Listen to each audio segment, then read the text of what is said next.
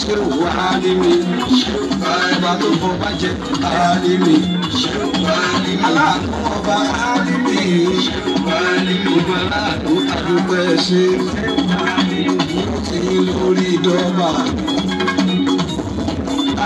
ìmáàrí tábà lórí àdúgbò ìyẹn ṣẹ́wù àlìmí dámọ́sà ni mo kí yín kú iṣẹ́ ọpọlọ o àwọn sì kí gbogbo mi lọ.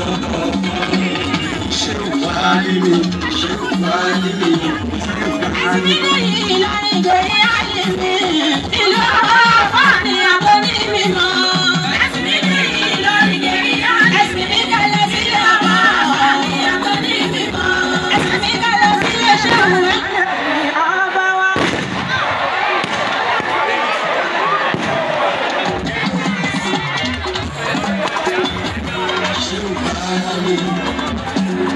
Ọba Ìlọrin ló ní ká kí gbogbo yín o.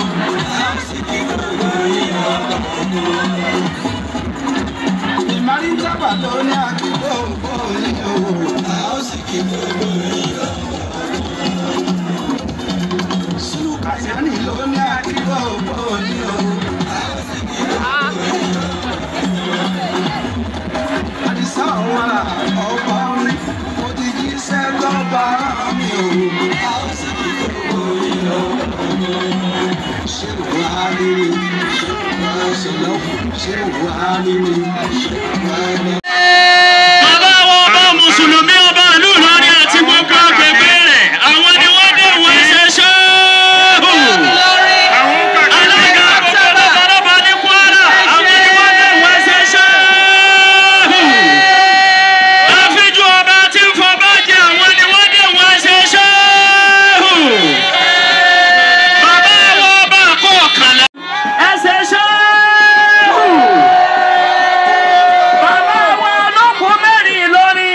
Ògbógbàjà, Ògbólóṣọ, Ògbómúlérò, ọmọ wà níyì obìnrin, àwọn ni wọ́n déhùn ẹsẹ̀ ṣẹ́. Ọmọ Ìlọrin o, ọba wọ́dà, ọba wọ́dà, ọba wọ́dà, ọba. Ìkìlá wàkàbùnà àtàzù, bìṣẹ́ igi àádì.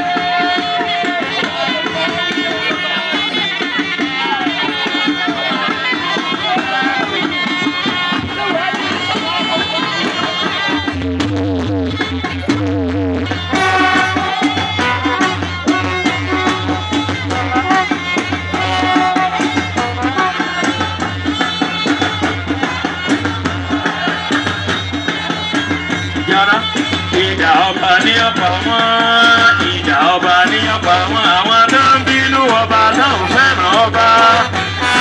Àtàrà, àtàrà, àtàrà, àtàrà, àtàrà.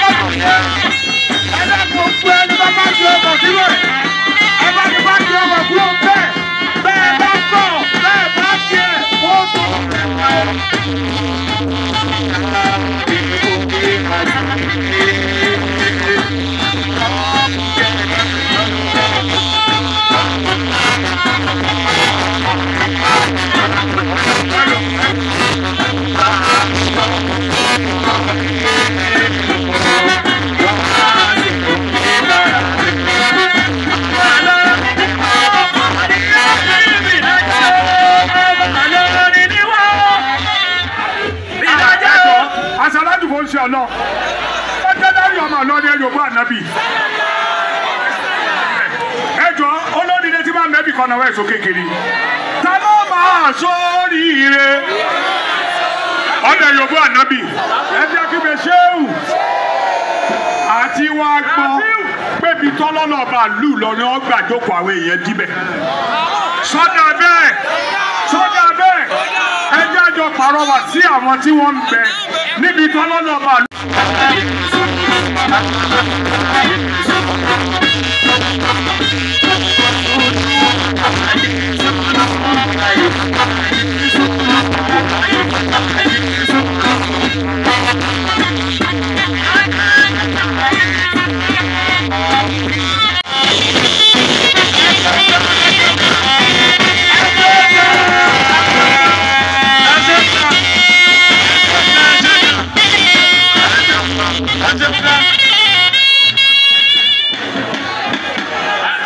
Gbogbo ẹ̀yin ẹlẹ́sìn ẹ̀dùn ẹ̀ lọ station ibi tó yẹ ká ẹ wà. Wọ́n yá gbogbo ẹlẹ́sìn ẹ máa lọ bí.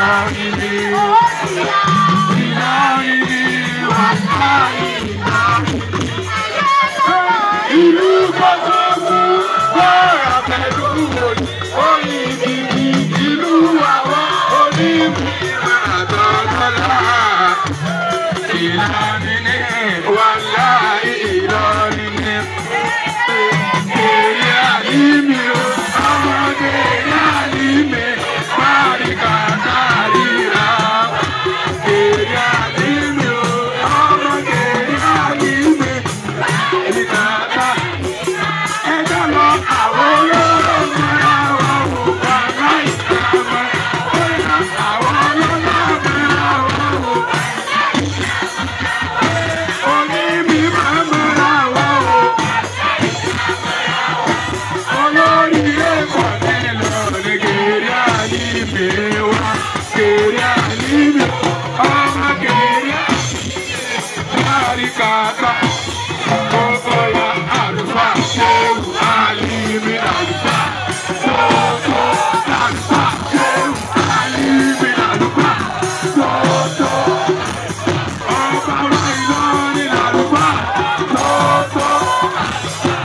fọ́mọ lọ́rin lálùfáà tó tó.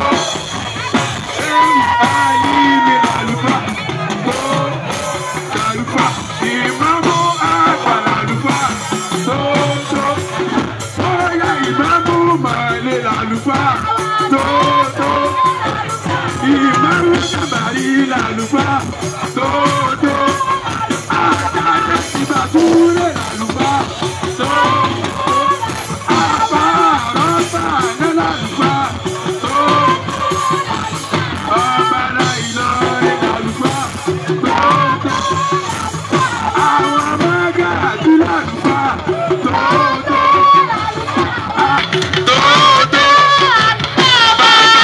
Ṣé ìgbà lálùfáà tóótó babalábàájì lálùfáà tóótó babalágége lálùfáà tóótó gàládìmọ̀gẹ̀rì lálùfáà tóótó ẹ̀ṣẹ̀wò àdìmí lálùfáà tóótó Mufti. Thank you very much. Ẹ ṣeun ẹ lọ jókòó. Thank you very much. Barakallahu feekum. Ẹ ṣeun ẹ lálùbáríkà ẹ lọ jókòó. Ẹ wí lẹ́ẹ̀kan sí i. Ẹ wí ńlá ní kó pé mẹ́ta. Gbogbo àwọn ọmọ Ìlọrin tá a wà ń bí àtàwọn ọ̀rẹ́ wa àtàwọn olùgbàgbé wa tó wà ń bí ẹja farabalẹ̀ fọ́lọ́run lẹ́ẹ̀kan náà. Àdúrà náà ní ń gbé wa aró tí gbogbo ẹ fi ń dìfọ̀kànbalẹ̀ báyìí. Àwọn àmì òrìra wọn kójọ báyìí wàhálà ń ṣẹlẹ̀ láàrin wọn. Adúpẹ́ fọ́lọ́run tó fún wa lálàáfíà ńlẹ̀ yìí. We are going to commence this program formally after the national anthem and Ilorin anthem. We are going to listen to the Chief Imam of Ilorin for the opening prayer. نتشرف الآن بالدعاء الافتتاحي الذي يتشرف به والدنا الكبير كبير أئمة إيلورين أو الإمام الأكبر لمدينة إيلورين وما جاورها المتمثل في شخصية الشيخ الدكتور محمد البشير بن عبد القادر بن علي الفلاني أونيدا أني الفلاني أدام الله حياته ودولته. Káfara balẹ̀ máikrófóònù ti wà lọ́dọ̀ bàbá wa níbẹ̀ ni àdúrà bẹ̀rẹ̀ lágbọ́ lẹ́nu wọn nísìnyí òun náà ní ń gbé wa ró kí gbogbo wa káfara balẹ̀ àwa tá a dúró ká jókòó Ọlọ́run sọ gbogbo wa dè èèyàn yóò sọ gbogbo wa dà pé wọ́n ti dáadáa ọ̀là àmì wa mẹ́ta mẹ́ta. Ẹni ó fẹ́ ra mọ́tò lọ́dún ìsáámi ẹni ó fẹ́ lọ̀lú èbó sáámi ẹni ó bá fẹ́ràn lọ́nà bàálù lọ́rẹ́ kí bẹ ṣéwù. Wọ́n láti má lè tó òun rẹ̀ lò kejì yín fún ní nǹkan kí bẹ ṣéwù. Ẹni sùúrù ọmọ tí òun rẹ̀ bá lò kejì tóun rẹ̀ ẹ jẹ́ ń wò dáadáa.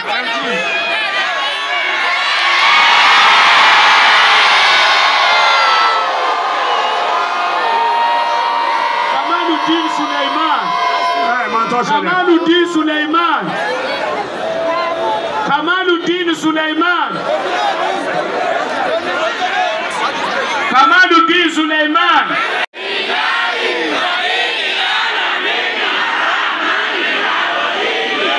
Maliki. Oya iya. Wa iya kana tita. Idina. Oya.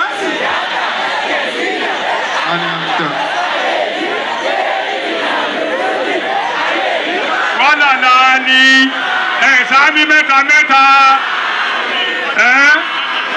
àmì ẹja farabalẹ̀ fún kúrẹ́ Al-Qur'an. Gbogbo àwọn tó ṣe òláìkà àwọn bọ̀ ṣe òláìkà tiẹ̀ lónìí ìwọ tó ti ilá láǹsì ọgbà láǹsì tiẹ̀ náà lé ní kọ́ farabalẹ̀ bísímìlà. Lọ́yà bàbá wa tóra kíngèrì akílọ́yà ọlọ́jẹ́ wọn má déhùn sẹ́. Gbogbo bí yòówù káà ti ń gbọ́ òun wa káyọ̀ bọ́ ànábì lẹ́ẹ̀mẹ́ta kọjára sallallahu alayhi wa sallam sallallahu alayhi wa sallam sallallahu alayhi wa sallam. Allahumma salli ala sayyidina Muhammadin وعلى آله وصحبه وسلم. اللهم صل على سيدنا محمد وعلى آله وصحبه وسلم. اللهم صل على سيدنا محمد وعلى آله وصحبه وسلم. آمين. أفي جوكولي البركة على القرآن أفي طرف مولانا وبا مسلمي وبا لولوني شيخ والله يعصمك من الناس لا تخاف دركا ولا تخشى ولا حول ولا قوة إلا بالله العلي العظيم. عليكم بيكم العافية الله يدار فوا أتبقى إمام أكبر إمام مالي إمام غنبري أفا ربنا أفا جنسي بيكم العافية الله يدار فوا ولا أمي ومتى آمين آمين آمين يا الله. Ọgbà ọmọ ní wàlímà ẹ máa wo wà láàyín ọlọ́wọ́ jẹ ọrọ̀rùn. A'udhu billahi minash shaitanir rajim. Bismillahir rahmanir rahim. Wa bihi nasta'in. Allahumma salli wa sallim wa barik ala sayyidina wa maulana Muhammadin wa Adam wa Nuhi wa Ibrahim wa Musa wa Isa wa ma bainahuma min an-nabiyyin wal mursalin. صلوات الله وسلامته عليه أجمعين. بسم الله الرحمن الرحيم.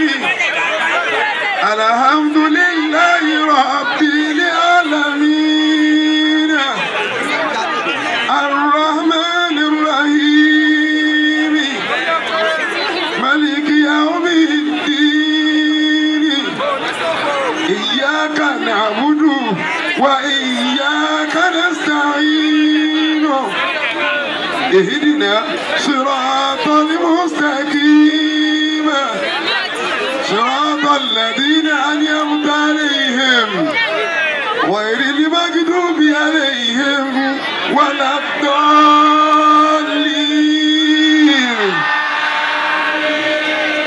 بسم الله الرحمن الرحيم. ألف لام ميم ذلك الكتاب لا ريب فيه هدى للمتقين الذين يؤمنون بالغيب ويقيمون الصلاة ومما رزقناه ينفقون والذين يؤمنون بما أنزل إليك وما أنزل من قبلك وبالآخرة هم يوقنون أولئك على هدى من ربهم وأولئك هم المفلحون. على هدى من ربهم وأولئك هم المفلحون. أولئك على هدى من ربهم وأولئك هم المفلحون. اللهم اجعلنا من المفلحين.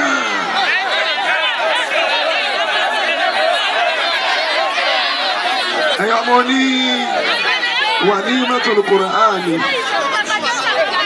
Ọlọ́wọ́ jẹ́ ọ̀rọ̀ láti dá a padà. Wọ́n láti pélé àwọn àgbàlagbà láàyè yìí.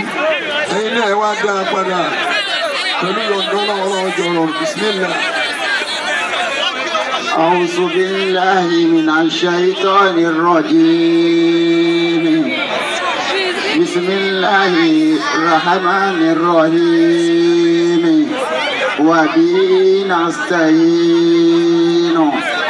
الحمد لله رب العالمين الرحمن الرحيم مالك يوم الدين إياك نعبد وإياك نستعين اهدنا صراط المستقيم صراط الذين أنعمت عليهم غير المغضوب عليهم ولا الضالين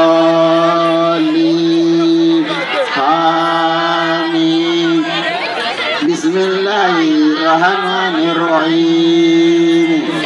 ألف لام ميم ذلك الكتاب لا ريب فيه هدى للمتقين الذين يؤمنون بالغيب ويقيمون الصلاة ومما رزقناهم ينفقون والذين يؤمنون بما أنزل إليك وما أنزل من قبلك وبالآخرة هم يوقنون أولئك على هدى من ربهم وأولئك هم المفلحون.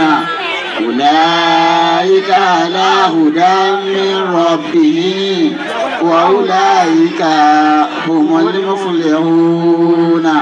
أولئك على هدى من ربهم وأولئك هم المفلحون.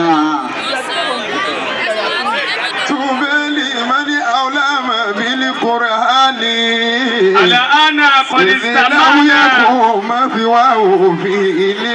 قد استمعنا إلى قراءة القرآن الكريم بنغم الإمام الأكبر الإمام الفلاني إمام الجامع لمدينة إلهي.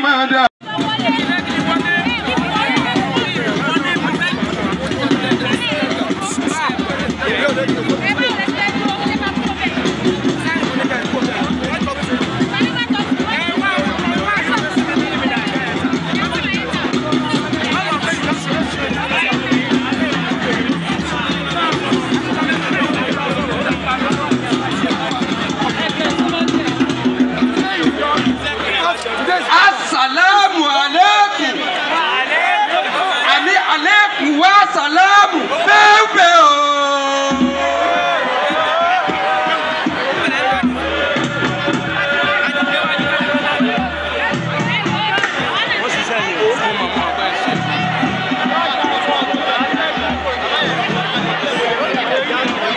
Àkí bàbá wa Zulu Kanali ọba wa ẹ bá gbé sẹ́ẹ̀.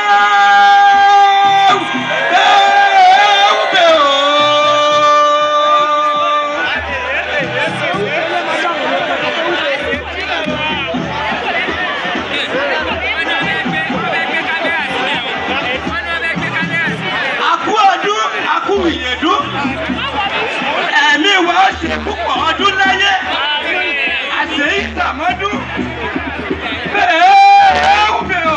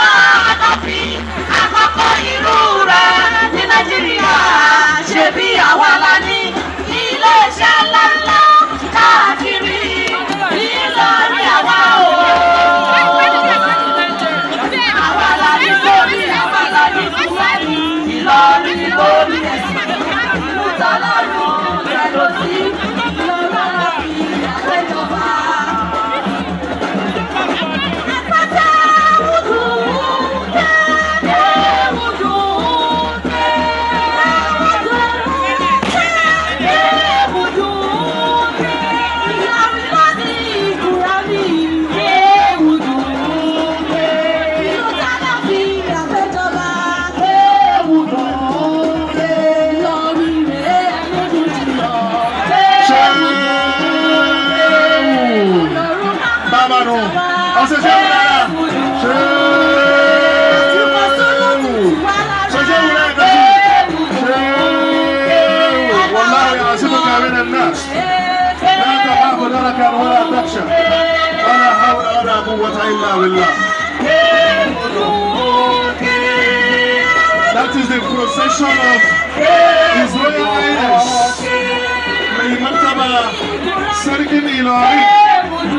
Allah ijaza wani sarki. Allah iba sarki da wani. Open parade by Alhaji Muhammad Jami Adebayo. Magajin Gari of Ilori. And Alhaji Umar. The Tuadi of Ilori is in the procession of His Royal Highness Emir of Ilori. Madam Sani Mustafa, the Senator representing Kwara Central. We have the procession of Balogun Gambari. Balogun Gambari of Ilori happens to be the Balogun Master in the hierarchy of the warlords. The Balogun Gambari of Ilori is Alhaji Muhammad Ali Balogun. The Balogun Agba of Ilori. The 13th Balogun Gambari of Ilori. Jam Urabu II. Accompanied by some warheads. Seriki Zango of Ilori Emirates. Balogun Bae. Seriki Karuma. Ada Akwa Ibagu. And other chiefs. The Magaji Are of Ilori is going to join the procession. The Magaji of Ilori, Magaji Are of Ilori, Alhaji Shoaib Zubai at the top. The Magaji Are of Ilori to be accompanied by some heads and other chiefs such as Magaji Agbadamo, Ikolaba ETC.